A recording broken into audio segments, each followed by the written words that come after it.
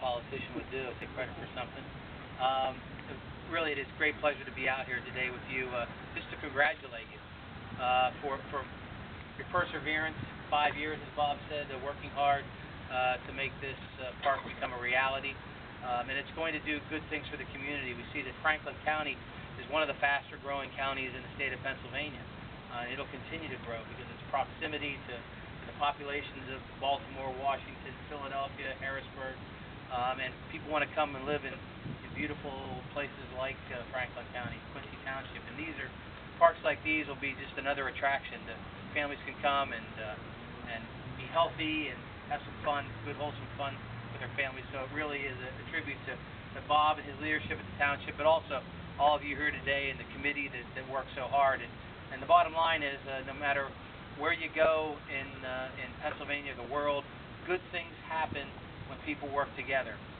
People coming together, whether it's the local community like yourselves working with the local township supervisors, county commissioners, your state reps, Todd Rock and Senator Alloway, everybody working together. As I said, good things happen. So I know most of this funds came from the state, so my congratulations to Todd and to Senator Alloway, Representative Rock and Senator Alloway for their hard work, making sure that these funds got back here to the taxpayers of Quincy Township, so that your tax dollars are going to go to good use. So again, congratulations.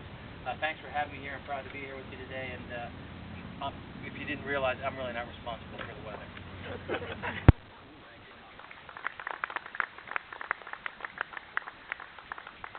I would be remiss not to invite any of the county commissioners who want to say anything, or for that matter, any other person that wants to say accolades to what we're doing. Accolades to what you're doing.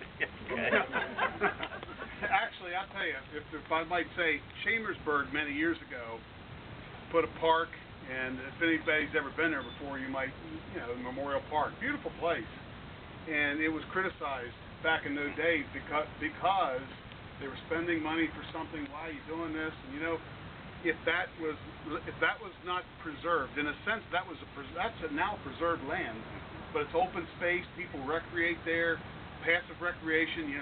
Just picnicking or playing ball or tennis. You mentioned whatever you want to do, you can do there. But had they not planned that before the town built out, it would just be a bunch of houses, and there would be no place to do it in the town center.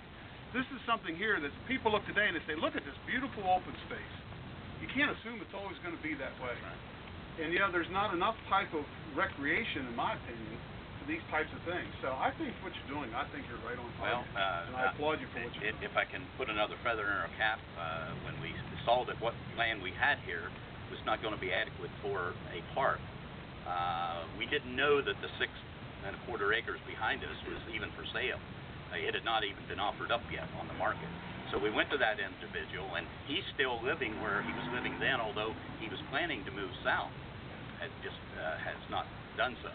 And so we asked him if we could purchase the property surrounding him, and of course he jumped at the chance, and we applied to money with DCNR and got a matching grant there. But Bob, it helps to buffer the opposition if you're spending somebody else's money along with it. That's true, you're right. So we were able to do that. I also applaud you for having surrounding municipalities here. I mean, having Washington Township represented. You don't see a whole lot of that intermunicipal communication cooperation like that. I did like to introduce Mike Christopher, Washington Township manager. Should have done that, and probably missed somebody else too. Well, as Nancy was just asked me, she said, would this be just for township residents? I said, no. Just like when Washington Township did Pine Hill, we support the park wholeheartedly. Our people use their park. This park will be open for anybody who wants to use it. Gilbert, they've done a terrific job, and Green has a great park up there. So it's spreading throughout the county really well to give people an alternative, and that's what we want to see. And as we mentioned earlier to Bob Ziobrowski, Frank Mung is also, are you chairman of the Friends of Quincy of Monouta State Park as well? Yes, sir. Okay, so that's kind of a two-pronged effort. We had offered our partnership in that effort early on, but we couldn't come to an agreement with DCNR over how to manage the park. And Frank will be glad to leave you in on some of the rules and regulations that they had for management of that when you get a chance to talk to him. But I see him smiling over there. But they now have what they call Friends of Mount Ala State Park, and they're working that separate and distinct from what we're doing here, and separate from any municipal support. So basically all volunteer support right now. Mr. Bob, I'll add, your master plan looks great. Two of the things on there are kind of unique.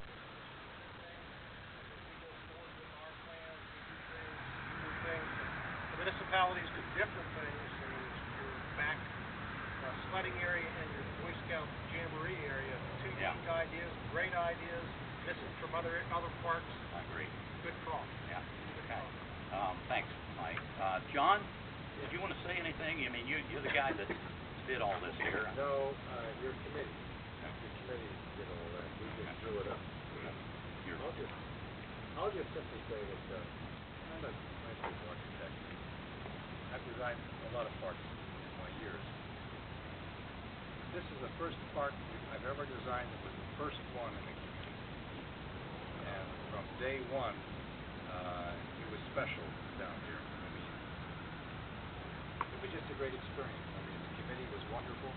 They participated in every meeting. I think you had 100% attendance. Almost close to it. And everyone had good ideas. Everybody worked well together. One of the things that we also want to do with this park, DCNR is big on this, is to have accessible facilities for people, that have certain challenges, height not being one of them. I'm just throwing that back at that man with the podium. And so there's some trails here. There's one of the difficult things to build. There's a little sort of serpentine ziggurat design on that plan, which is meant to be a nature trail with little exhibits, interpretive studies and things, and it was one of the things that helped us get grant money from DCNR.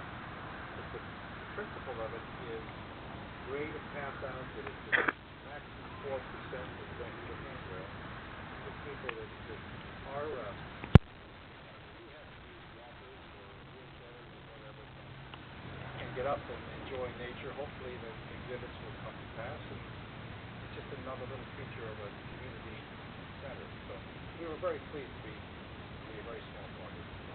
Thank you. Thank you, John. And we're going to be doing a lot of this work, and have already, with the